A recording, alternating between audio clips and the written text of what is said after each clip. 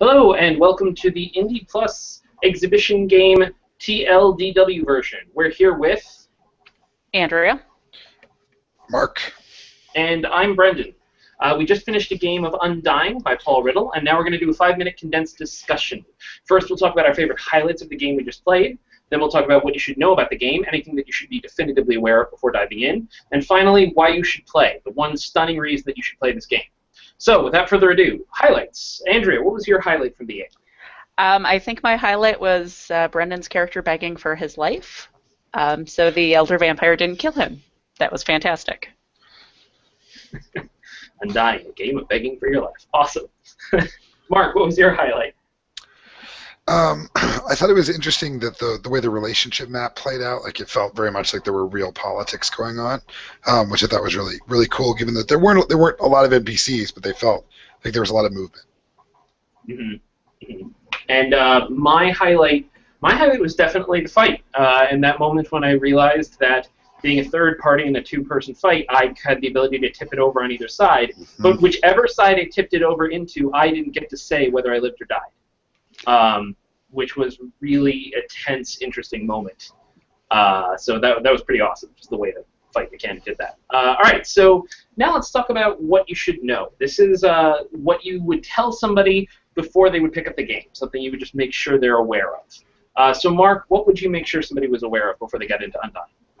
So I think this is a pretty meta Apocalypse World hack. Like it doesn't really go moment by moment. Like there's a lot of open space for people to role play in which nobody's rolling any dice. There's no dice or spending blood, right? So you have to kind of be prepared to do a little bit more acting here than you might in a normal Apocalypse World hack. Mm-hmm. Right, filling those open spaces. And Andrea, what would you tell somebody? I would tell people this is not like a party game. Like you don't get together as a party. It's very PvP, and the other players are not your friends. Mm-hmm. Yep. And sort of building off of that, I would make sure you understand the not risk, essentially, nature of the moves. Because there are no dice, they're very straightforward and direct and just in your face. So like the fight move can kill you flat out and you don't get a say.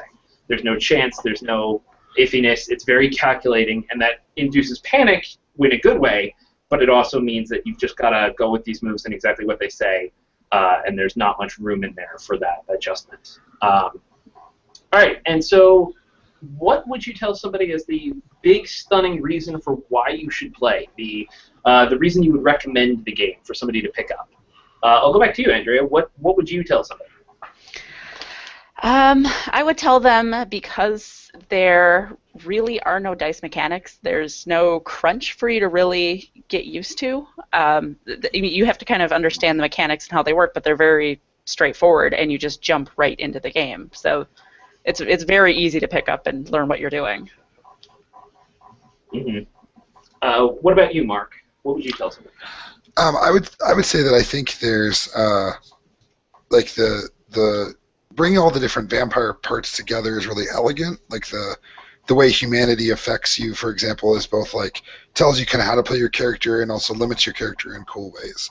And then you like this is probably the best dark magic thing I've ever seen. You just like do dark magic and it just works, right? And so I think it does a lot of what I would want out of like Vampire the Masquerade without having to worry about so much crunch, which to differentiate from Andrea, is just like the design of it is really elegant in places where vampire games usually fall down. Mm-hmm. Yeah, and for me, sort of building on the design, the thing that I love about Undying is that it has this perfect feedback loop where you need blood to get done what you want to get done, right. But the process of getting blood is a thing that actually matters. And you can turn out to be a total monster, and those scenes can go awry. And then because we're judging you at the end of the game, and we're saying, do we think your humanity went up? Do we think it went down? Those scenes really do ultimately matter. So it has that perfect feedback loop of I need a resource, the process of getting the resource is risky and will cost me, and then once I have the resource, I can do stuff with it, which is cool and awesome. But it really makes getting that blood, getting that resource meaningful in a way that I think a lot of other like vampire games that I played just did not really make me feel as meaningful. Awesome. And so that's it. The game, again, was Undying by Paul Riddle. It is currently up on Kickstarter. It is nearly at 200% of its goal. It has about 11 days left at the time of this recording.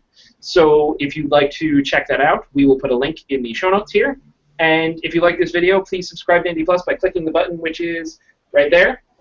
We do more awesome exhibition game videos and other TLDWs, so you can get an overview of other really cool games. So thank you very much, Mark. Thank you very much, Andrea, for coming on and doing this. And have a good night.